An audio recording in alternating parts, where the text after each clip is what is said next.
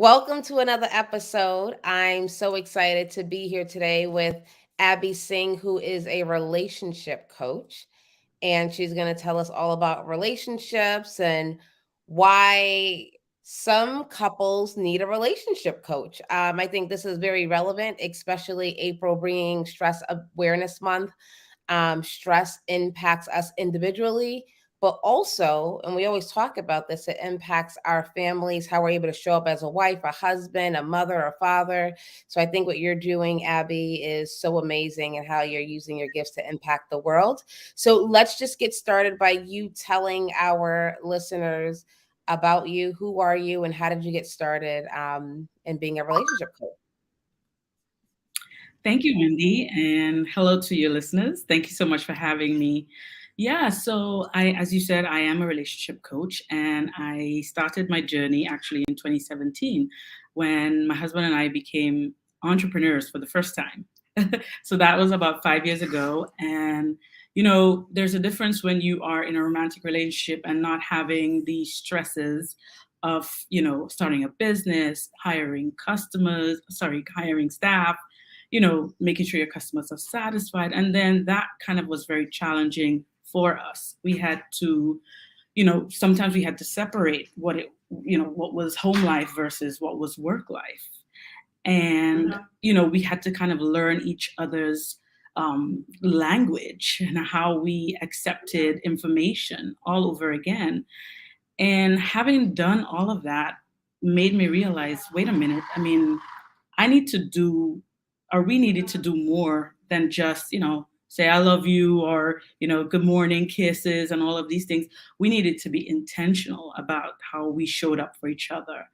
And after going through that for a couple of years, I was like, there must be people out there who would want this kind of service, not just, couples in business together, but just couples in general, because it was a lot of stress. It was a lot of challenges. And that was where my passion for helping couples navigate all of these nuances, evolved. I think it's so important, especially with this pandemic. A lot of couples, married couples, and people who are committed to each other spent a lot of time together. And I know that was very trying. I know divorce rates went up. I believe now it's about, just in the US, about 50% of people who get married get divorced. I could imagine. It's hard, and I think even, your story of, being married and then starting a business with your husband, that just adds an extra layer to already just being together. So Yeah. I think it's so important. So what are some foundational things that you and your husband had to establish in order to start building a business? And I mean more so in terms of the relationship aspect of it. What did you guys have to establish before you could start building a business and adding that into your whole relationship? I'm actually happy you asked me that, because foundationally, you need to know what your expectations are, even as a couple, So we kind of had to talk to each other and say, well, okay, what are we going to be in the business? How are we going to go about doing the day to day operations? What are your roles? What are my roles? And so having that expectation foundation was, and we didn't discover this. It wasn't like, oh, we're starting a business and let's talk about our expectations. I think you kind of go through rough patches first, and then you realize that, these are the things that what we should have done first. We're doing it in reverse. And so that's one of the things that really caused me to just want to do this, because I went through all the challenges. I've done everything, like I've had the hurt. We've had the days when we would just fight all the time and, go through all of that.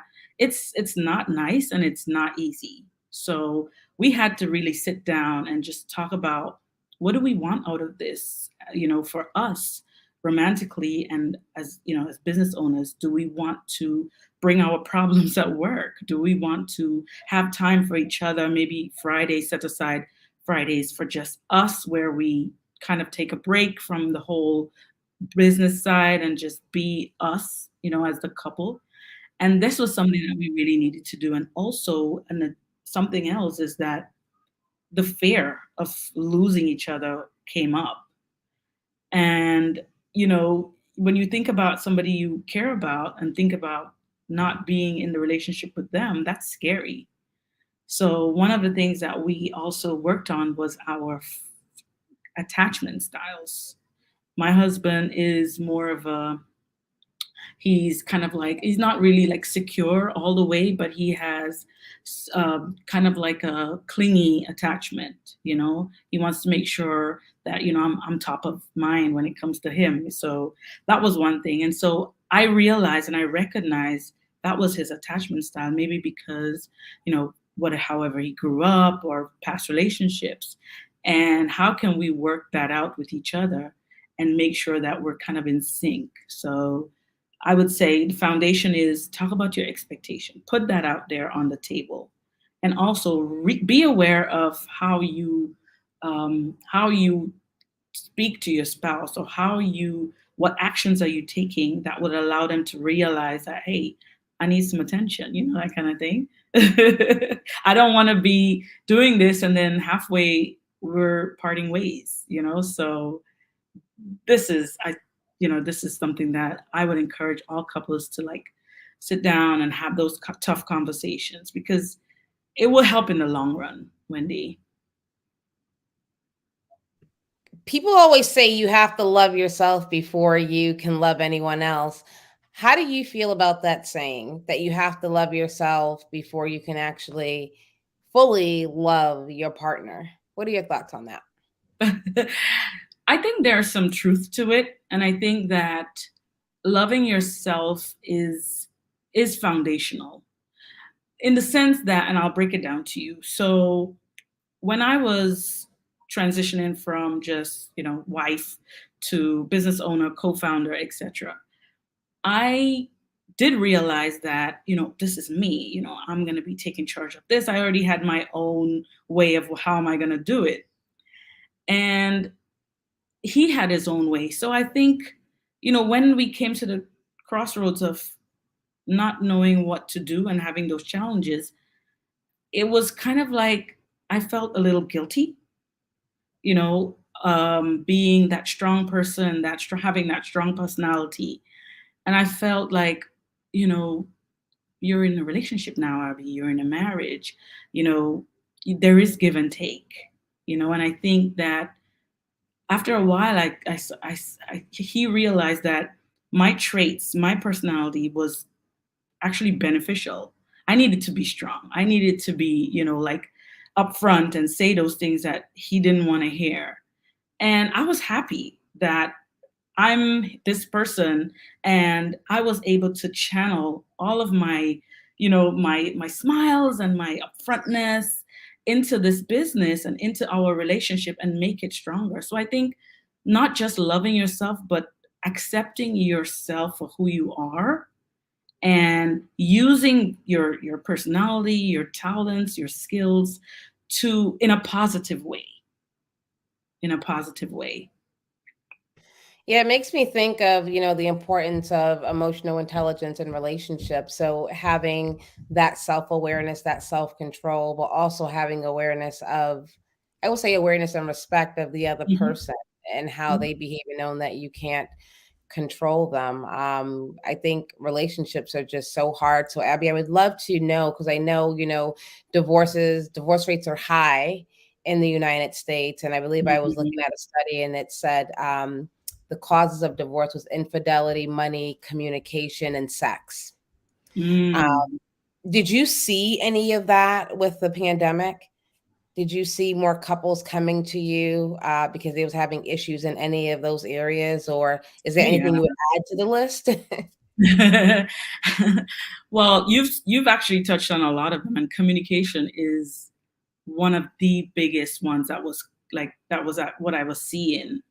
Um, the fact that you are, now in the same space, you're all working from home, or what I saw, and I'll tell you this, not really infidelity. I think it's, sometimes we give people passes. Like we would say, "Oh, don't worry, I'll give her one more month. She'll change or he'll change."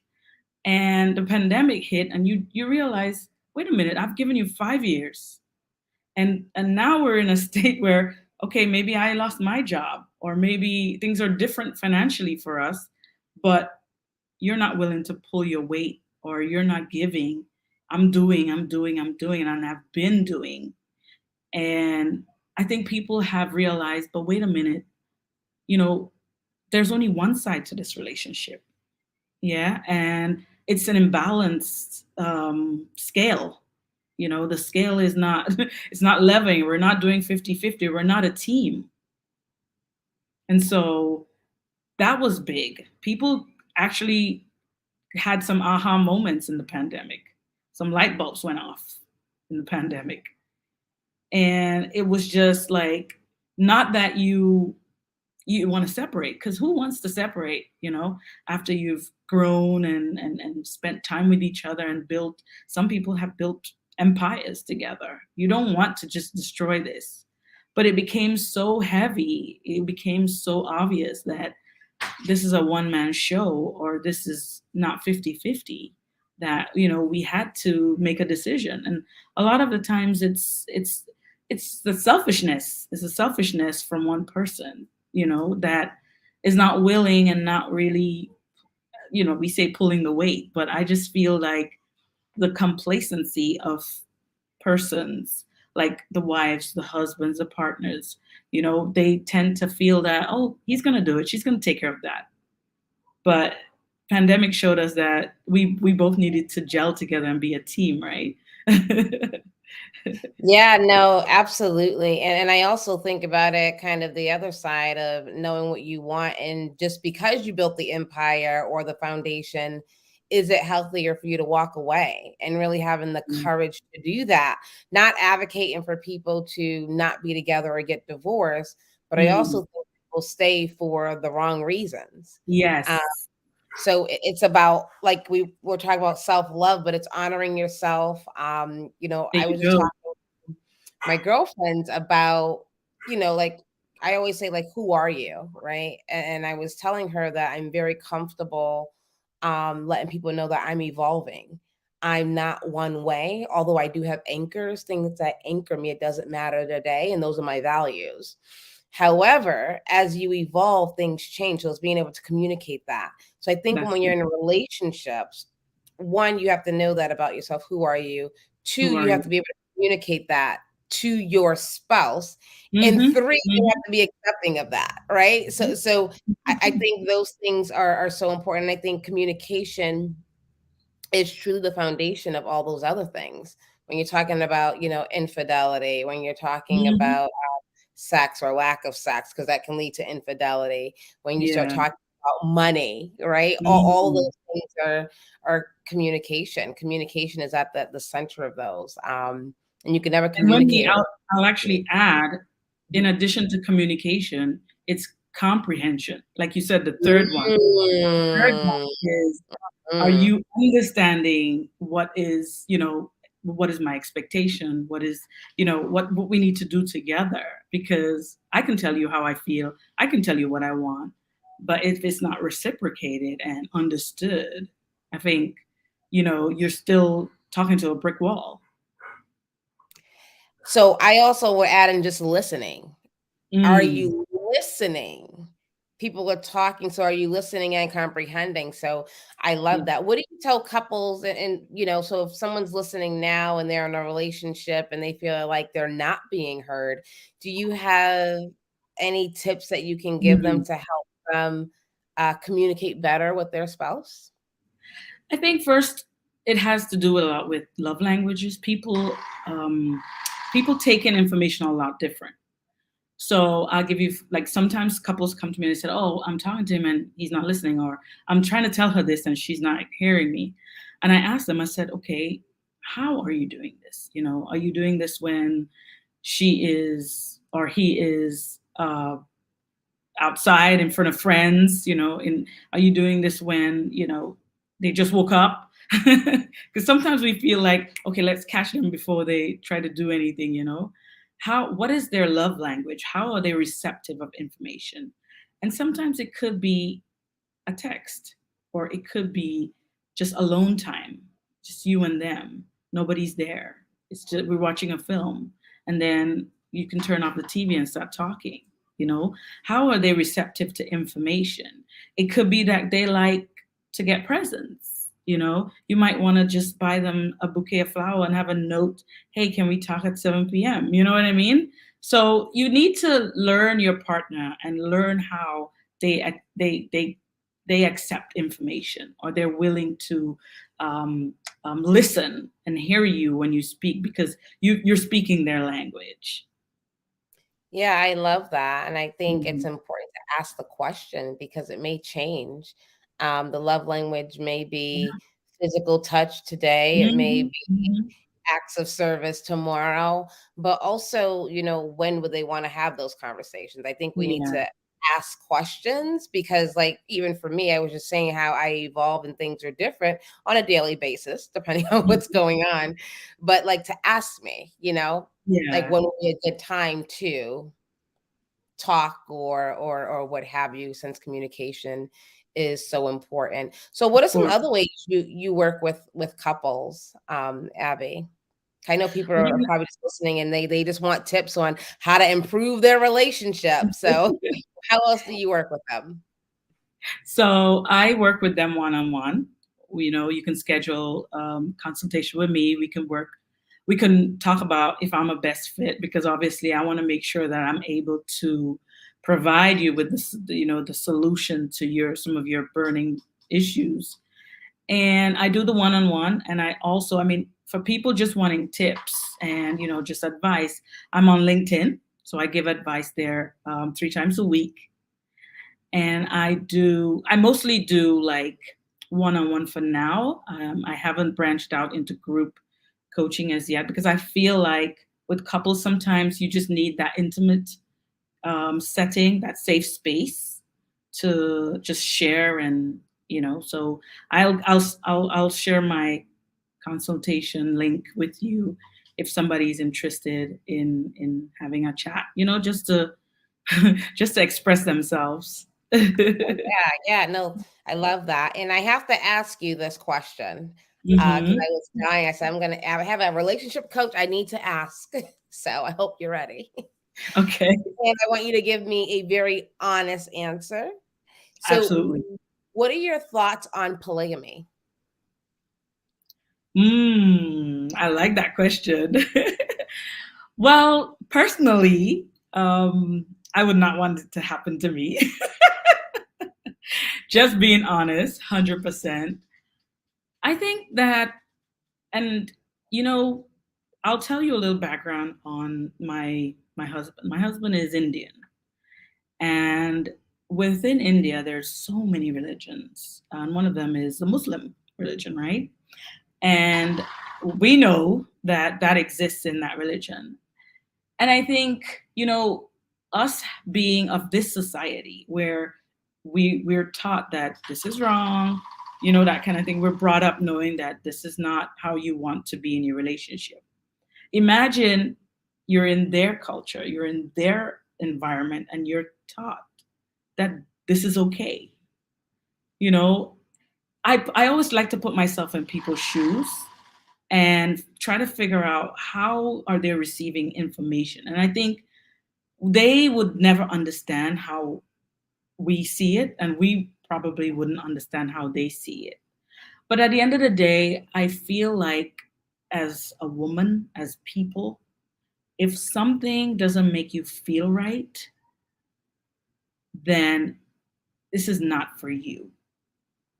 And why I say that is because with polygamy, you know that you might have two, three wives, right? Or five wives sometimes. And Or husband? yeah, or husbands, yeah. Hmm. And I know for me, if my husband were to, step out, I will feel bad, right? Whether or not this is our culture or not, as a woman, I think we have feelings. And when it doesn't feel right, I think it's whether it's religion, culture, whatever it is, it does have a negative impact, and people develop resentment when they feel that they're overlooked. because maybe you're older, you're younger, that kind of thing. So yeah, I do respect everyone's culture and religion and everything, but I would not encourage it just because I know how sacred relationships can be. And I know that when you want to build something with somebody, it takes time, it takes effort. And if you're distracted, or you have your wife on Wednesday, your wife on Thursday, there's a different one on Friday, where are we going? Where are we going? Yeah, I think that's interesting, and I think it goes back to communication. Mhm. If you guys are open to it, the two in the couple, but I think it's like you said, if someone's stepping out on you, but Mhm. if you're having a conversation about it and the other person agrees and you have an open marriage or polygamy is what you want, I think that's fine as long as everyone's aligned, with what you want to do. So, That's right. before I let you go, I do want to ask you, I think I can't let you go without talking about how kids Mhm. impact relationships. I would love for you to share Oh some yeah. knowledge or nuggets on younger kids as Mhm. well as older kids, because when they're younger, you have problems. When they're older, you have different problems, how Mhm. they really impact your relationship. So I would love for you to share with us some nuggets on that. Lovely. And it's good that you asked about that because I actually have a client who is they have an 8-year old, and we're working on just helping them build that loving, deeply connected relationship right now. And what I would say is that don't separate your family because you want to be in that thriving relationship, because remember, every stage of your relationship is is worthy of being recognized. Yeah, you want to have date nights and you want to have that moment for yourself, which by all means I definitely would encourage. But I think that you also would want to build your tradition around your child, because at the end of the day, you can look back, you can see pictures. Hey, remember when we took this trip? Or remember when we built this sandcastle by the beach? So the fact that you are all together as a family, is something that you have to remember, and you have to incorporate in building that thriving relationship, in having that lovely family unit as you want to. And I think that you know sometimes your children are the ones to actually show you how, as a mom and a dad, you can love each other. Because, kids have a way of just uniting and making everything okay. They make you smile. And they're the ones that sometimes those negative, um, those negative nuances, they feel them, and they develop these. Sometimes they kind of lash out. They want to say it, but they don't know how. And so, you've got to incorporate them. You've got to let them in on some of the activities that you're doing, because it will just build that bond even stronger. Another thing is when it comes to decision making, and this is for younger as well as older kids. Sorry, my door is crackling. Never mind. Yeah. um, One of the things that I always say is your kids know who's going to be the soft one and who's going to be the one to say no or ask the difficult questions, right? So they know, okay, if dad's a little bit more tight, I can get away with mommy, right? But when you both are on the same page, then they know, I ain't getting away with that. Mommy's saying no, and daddy's also saying no. And that helps you as a unit. That helps you, like be that stronghold, be that firm. I mean, and it's not always no, it's always yes to. It could be yes to, but I'm just saying, like, whenever you guys are together in everything, man, it's a win-win situation. So these are some of the things that I like to encourage them. Do it together, incorporate the kids in some of the things that you do, and also be on the same page when it comes to decisions for you, for your kids, for anybody. Be on the same page. So not letting the kids divide you is what I'm hearing. That's right. Because So that leads to so many things, Wendy. oh yeah, definitely, definitely. So I think it's important, like those values, those foundational things, are so essential. Like my husband and I, we have very different parenting styles. He's Mm, very, very laid back. Um, mm, everything is always okay, and I'm total opposite. mm. I'm like that too. So I think it's a it's a balance, but It's it's about, very different. yep. And depending on what's going on, it can make it very hard. We have a 18-year-old and we have a 3-year-old. Oh, So it's very, very touch and go yeah, sometimes. yeah, So yeah. Could but be. yeah, I think it's important. I think that, it speaks to the importance of having that foundation in the relationship before the kids. Yeah, When yeah, the kids come in, some people say, oh, well, we had the kid to see if we can make things better. That's probably never a good idea, right? To do that because sometimes it make things more you know complicated. that, right? Right, right. But it may have worked for somebody. I can't Yeah, say exactly, I don't know, sure. but someone. And I would love to get some more, I want you to speak to blended family because, divorce rates are so high. We said 50% in the United States, which, Hmm. you know, leads to people being separated and being with other people who, may not be the child's father or the child's mother. Oh, How do you deal with that dynamic in a family? Because those are, that's a lot of dimensions in that relationship. There's a lot of different relationships that you have to kind of manage.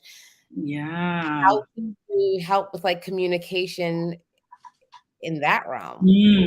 And I have a friend actually who is dating somebody who has a son, and he has a son with another person. And, it's something that I think at the end of the day, when you are in a committed relationship with somebody, if they're coming with two children, you know, you've got to make that decision from the get go. You would have probably known this, right? If you look at some of the celebrity couples like, Sierra and all the others who have had kids before they married into, the relationship that they have now, it's the person that is coming in with, so you have a child from a previous relationship, you got to know straight up that this is your child, right? And then that person got to know that, okay, it's her and the child, it's not just her, you know what I mean? So first it's that awareness, is that acceptance of, we're coming together as a blended family, and I know we're going to have challenges because I'm not the father or I'm not the mother. And it's having that, as I said, having that initial sit down, that conversation, that blurt out of whatever we're going to expect and who's going to be like, just having that firm talk to say, when it comes to my child, yes, I want you to play a role, but when it comes to certain things, I would really like to talk first, maybe, and then, if you do have your input, yeah, no problem. Because in the early stages, you will find that children would resist if they know this is not my mom, this is not my dad. They will have that sort of resistance, and they would not really be, I mean, some kids will, but some of them are not open to having somebody, give them advice. But I think, time is something that we have to, we have to give it time. And when it doesn't look good from the get go, you knowing that you really want to be with that person. And yes, this child may not be accepting me at the get go, but I'm willing to do the work. I'm willing to step back. I'm willing to just stop and look and see what's happening. And then, look and see what they're interested in. And maybe you can have an input. Some of them like basketball, they like football. Maybe you can, take them to a game, or, do something that they're going to be like, oh, this was cool, you know?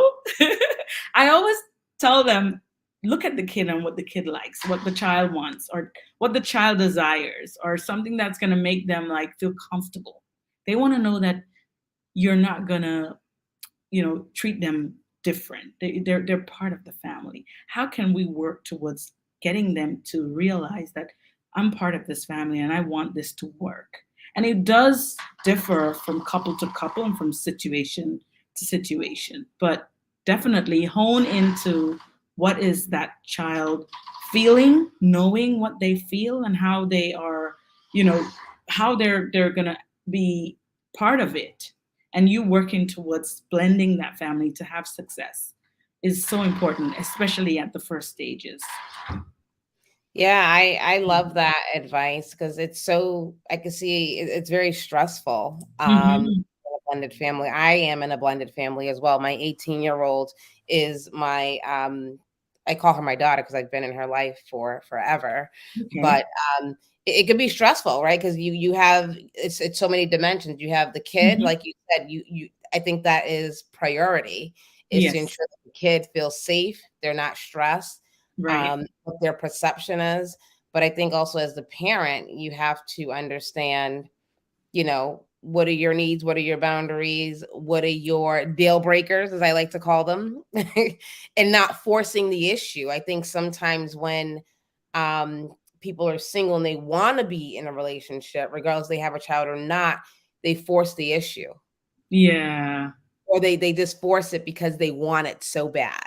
And then you start Yeah. compromising Yeah. and it makes it harder when you have a child. So I think it's knowing what your deal breakers are and what your values are, and does that person align or misalign with your values and your deal breakers. And before we kind of close tonight, because I do want to take you through a rapid fire, I would love you to give some of our listeners who may not have children, may not be with someone, but they're looking Mhm. for love. Can you Ooh.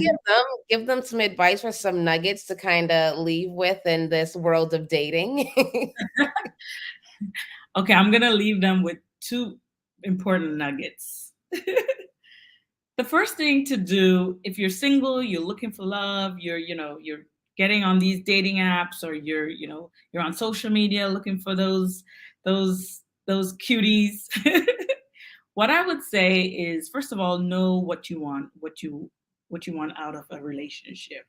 Are you in it just for fun for a couple of months? Are you really looking for something solid, something that you can basically grow and build? And so once you realize that, hey, I'm at a stage where I don't want to be just playing around. I want to have a serious relationship with somebody. I want that person to love me for me, and I want to be able to give love. And I think the foundation of knowing what you want out of this relationship is the first step. So you know now this guy who has no job, no nothing, is probably not the person that you want to, or maybe the person that is, some people look at jobs, like, for example, if they're a pilot or these kind of things, maybe, because at the end of the day, you want somebody, maybe you want them to be home with you. So it has to be that what is it you're looking for, then what kind of, lifestyle you want to build with that person, you know? Yeah, and that's important because Wendy, can you imagine, right? You are looking for love. Yes, it's fine. You find lovely candidates. Everybody's good. But then that person is always on a plane. That person is, not there for you in the way that you want it to. And then at the end of the day, it's looking for love, but then you have to know the kind of lifestyle you want to live. Do you guys want to partner together and build businesses together, or build a family as soon as you start? So all of the things that you want, your expectation for yourself, for your lifestyle, for your family, make it, write it down, journal about it. Ask God, tell God, God, I want a 5'5" um, or a 5'3", um, anybody. Tell them exactly what you want. You know, Viola Davis. I was watching an interview one day, and she was saying that how she met her husband was she just went in a quiet space and told God, "This is what I want. This is the man. I want him to be this, that, and the other." And I think within a month, she found her husband. So there's power in manifesting. So I think knowing the type of person that you want, knowing the type of lifestyle you want to build with that person is key. And the second thing is knowing who you are and what is it that the person is going to, um, I say it's like they're going to receive. Are you going to be honest from the get go? Are you going to be pretensive? What are your values? What are your absolutely no's? Yeah? What is it that you don't stand for? Okay?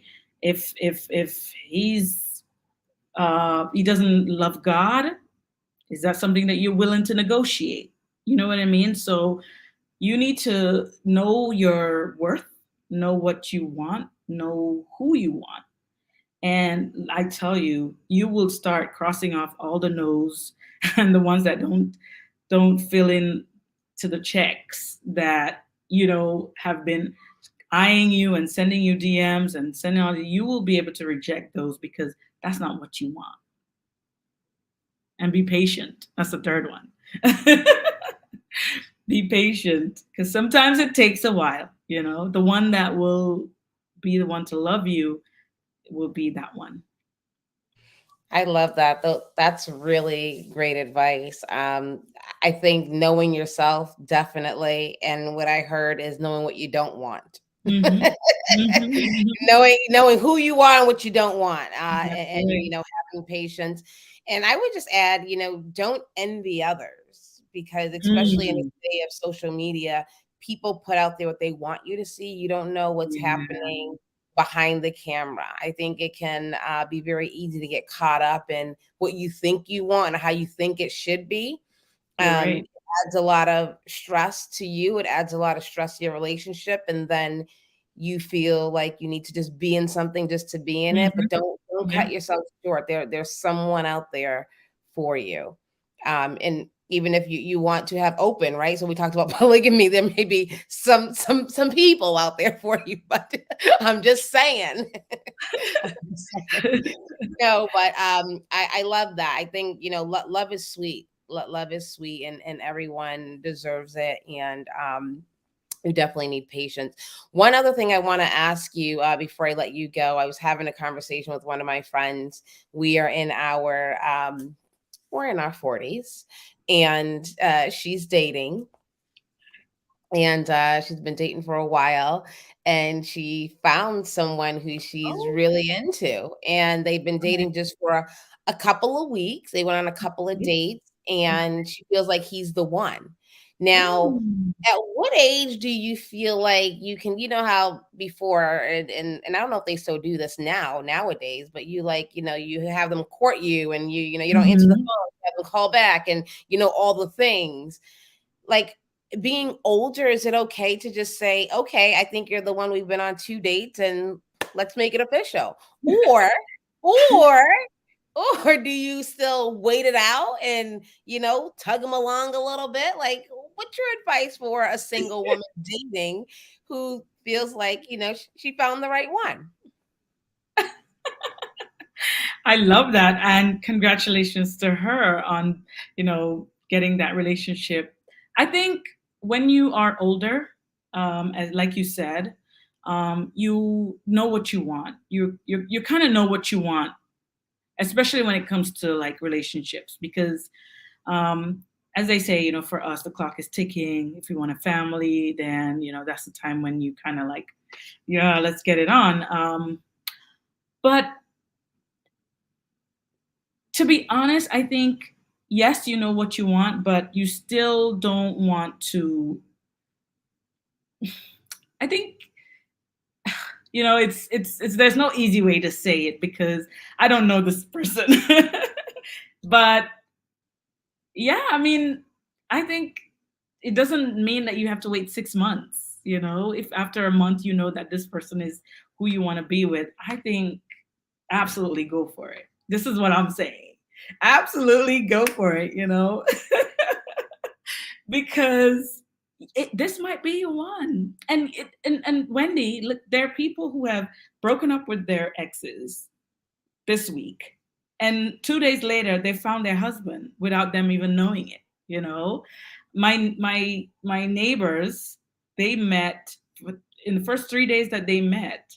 The guy already knew that this was going to be his wife. He proposed on the fourth day, and they've been together for 27 years. So we're not saying no to that. We are not saying no to that. Love is exciting, and it's it's so unpredictable, so unpredictable. And I would love to talk to them, actually, your friends. I would love to talk to them and see what's happening there, because that would be a first for me to like just chat with somebody who met that quick. Oh, I know they would love to talk to you too. So I will definitely connect you two. And I told Yeah. her the same thing. I said, go for it. Hmm. And if it starts not feeling right, then you can have a change of heart, right? Yeah. Nothing is Yeah. permanent, right? You're not getting Yes. married. You're Yeah, I know. exclusively. But I think if it feels good, then do it and go with it. Because like you Yes. said, you don't know if you have that. If you can say that you think this is the one, you have to Hmm. explore that. You Yeah, definitely have of to explore that. course. So no, Yeah, this that is would be good. nice. Yeah, so I will definitely connect you guys. So maybe she can have a free consultation, a Yeah. complimentary consultation, and you Mhm. can help guide her through this decision because nothing has been decided yet. Okay. Um, and we'll put your link in the show notes. So if anyone else wants to connect with you, we'll definitely have your information available. But Abby, I know you have a workshop or something coming up for couples. Can you tell us a little bit about that? Oh, yes, Wendy. So I have a 5-day live series coming up next month. We're starting May 6th. And I will definitely send all the information, but just to give everyone a snippet of what it is about, this is essentially a 5-day series for couples who want to really have that stronger and deep rooted connection. And it's for people who are in committed relationships who really want to, as you said, solidify if this is where we want to go, how do we want to go forward. And it's, you're going to come in there. We're going to start from day one. We're going to make sure that you identify that relationship that you want. You're going to do the work from day one up until day 5, which would really capitulate your relationship. I think it's going to be awesome. I'm giving away all the strategies that I use in my relationship, especially from the beginning when I became an entrepreneur with my husband. And all of these strategies I use all the time, and they're going to be they're going to be wowed with things that we need to do, because every day is going to be jam packed. We're going to get homework. We're going to be doing the things, all the actions that you need to take, all the strategies for making key decisions.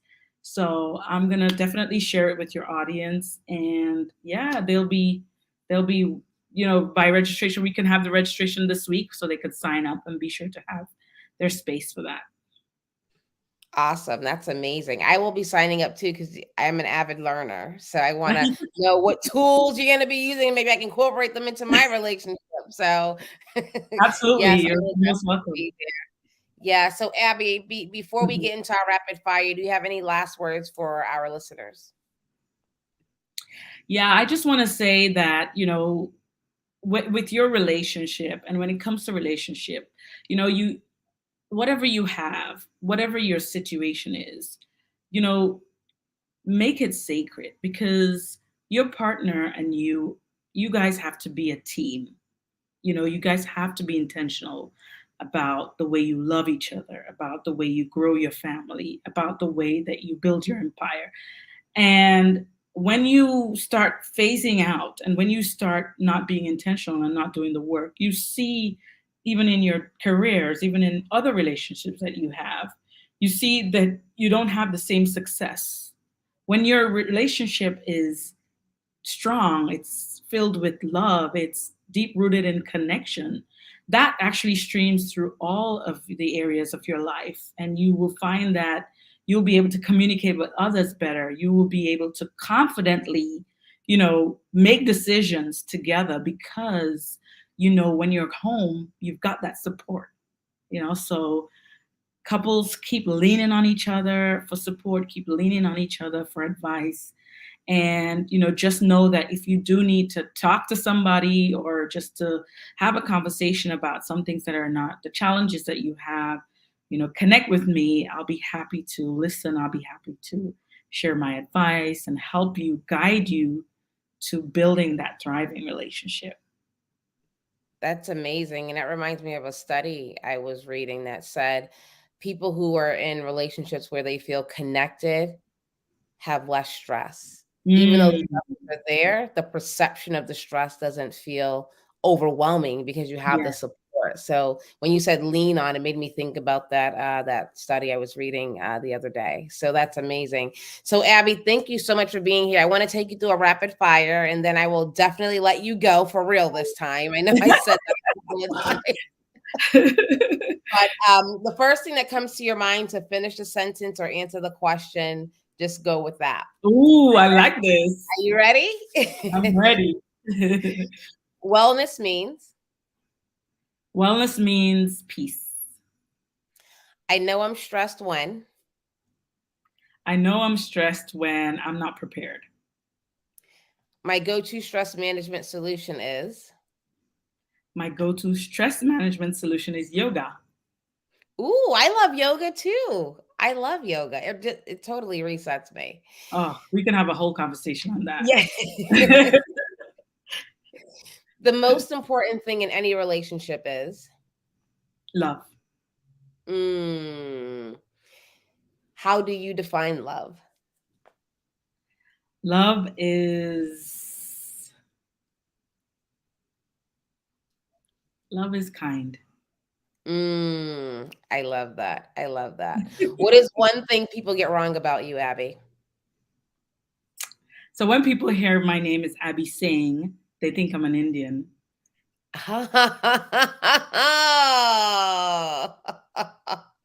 Yeah, they start making assumptions right before they meet you. Yeah. That. Yeah. And my last question is, what is one thing you learned about yourself during this pandemic? Mm. One thing I learned about myself during this pandemic is I am a creative and I love to create. And I've been doing everything and just being everything to everybody. And when I was able to cook and do my plants, my flowers, and do the social media for our restaurant and just go all in, I was like, wait a minute, I'm a creative. I love creating things. I love that. That's amazing. You had a lot of time to really discover that and really execute Yeah. your art, so to speak. Yeah. So Abby, thank you so much for being here. I enjoyed our conversation and we'll definitely have to have you back. Yeah, Wendy, I totally enjoyed this. This is amazing. I love it.